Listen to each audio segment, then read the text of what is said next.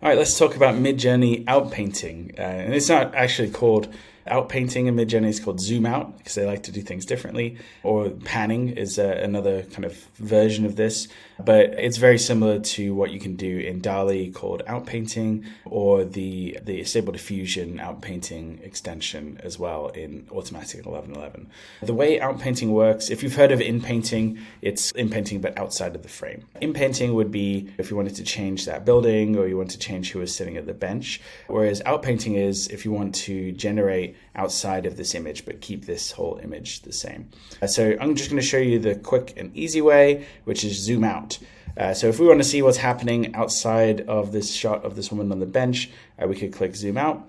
We don't even need to put in a prompt, and it's going to generate something here so you can see it's working. And what it does is it just adds frame around the image and then generates with the same prompt. You can see that it's keeping that center of the image the same, but it's zooming out essentially and keeping it consistent with the rest of the image. And this is a really great feature. It works very well out of the box. And I would say this is the easiest way to do it. In DALL-E, you have to go and add these generation frames manually. In Stable Diffusion, it doesn't work that well, to be honest, in my experience, unless you're using maybe Stable Diffusion XL with ControlNet, and that can be pretty complicated to get working.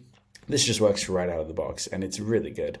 You can actually keep going with this. You can keep zooming out if you want to. First, you need to upscale a specific image, one that you like.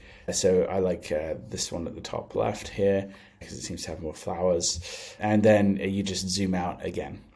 So here I'm going to do a big zoom out here. You can also do a custom zoom, which is you can change the prompt itself. And so in this case, you could say, near the water, and then just see what it does. It's going to hopefully add more stuff to it. You can notice as well that the zoom is really just something that you add to the parameters. So you can say -- zoom on any image actually, and it will do it. So you don't necessarily have to use those buttons.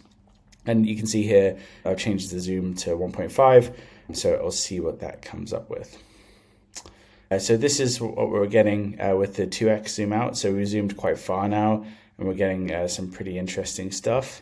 So yeah, we're seeing a lot more images. We're seeing a lot of nature. We're seeing a lot of buildings, etc. That's, I think, doing a pretty good job. And you can see that our bigger zoom, our zoom next to the water is ready to run now. So while we're waiting for that, I want to show you some of the other things that you can do in terms of panning. Panning is these buttons right here, and just like panning a camera, you can look up, you can look down, you can look left or look right. And what this does is basically it's the same as zoom out, but instead of adding stuff all around the image, like we did before, and like still keeping it square, this changes the shape of the image. So it adds a frame on the left, but nowhere else. So we're just going to try that. And then you can also submit something new here if you want, or you can just use the same prompt. So we'll see what that gets. Okay, so it looks like here we didn't add anything to do with water necessarily. We couldn't fit it into this image particularly well. So maybe we want to try that with our panning. And we can be a lot stronger, so we can maybe get rid of the sitting on a bench near the water, and it would literally just put water and see what that comes up with. So interesting with panning is because we kept using the same prompt here, a woman sitting on a bench, it's added another woman on a bench, right? That's something to think about here with panning left. That is something to think about with Midjourney and with inpainting and outpainting in general. You want to decide whether to keep the same prompt or to modify it specifically for that selection. So you can see here that we have in this case, we have another woman that's sitting on a bench here. But like the nice thing is that we actually have a wide angle shot, so we're actually changing the aspect ratio. This could be a really good way to, instead of just always generating square images, we could get panoramas or we could get portrait pictures, whatever it is we want. So what I'm going to do is I'm going to upscale version 3 here, and then we're going to pan up and we're going to change the prompt specifically to see this. We can also, so here we go. So we're panning right. Let's pan, and we're going to say, instead of a woman sitting on a bench, you say a lake. in a nice park in Manhattan surrounded by skyscrapers. And obviously you can do a lot more prompt engineering here, like you can mess around a lot more with this stuff if you need to, but we're just keeping it simple for the sakes of it. The other thing you can do here is you can click make square, and that will then make it square again, and then you can do more stuff if you need to. From the make square button, once this image is square again, that's going to add some extra bit on the top and the bottom and the right. Then you can access more of the features again.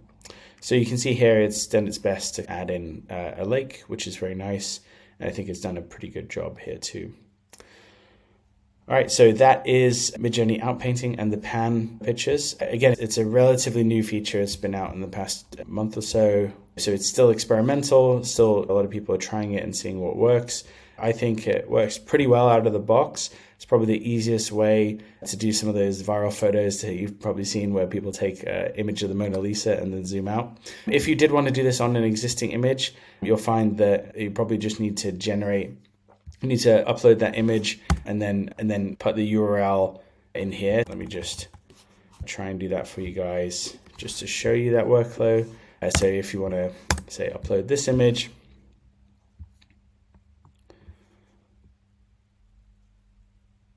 then click on it. Then you want to copy the link, and then you want to just put that in the prompt.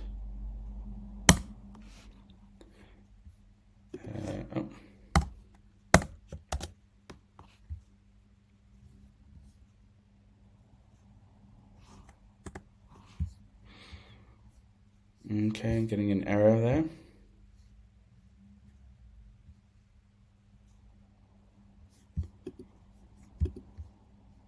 Copy link. Okay, just gonna put that in there.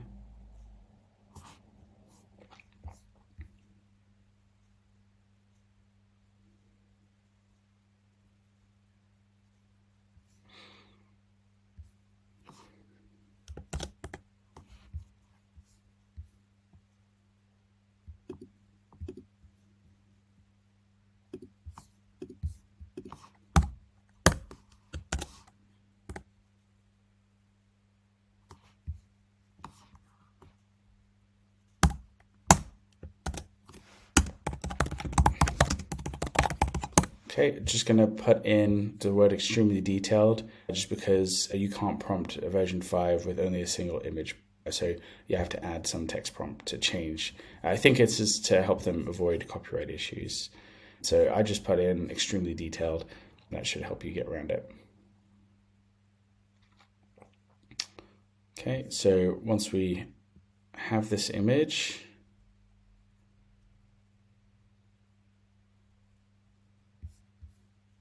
and we can obviously weight the prompt in different ways as well. So we could weight extremely detailed as much lower, or weight the image as much higher if we want to. Once we have an image uploaded, so here I'm just going to say U2, then we can do some inpainting and or outpainting from here. So then we can zoom out if we want to and see what's outside of this alien attacking a house.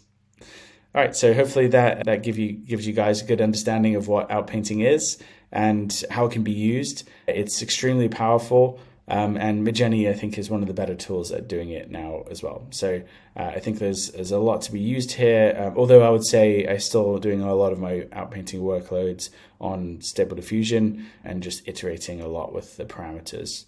And trying to get that right. I haven't fully moved everything over to Midjourney just yet, but there's still some limitations in terms of the flexibility and like what you're allowed to do. All right, hopefully that's useful.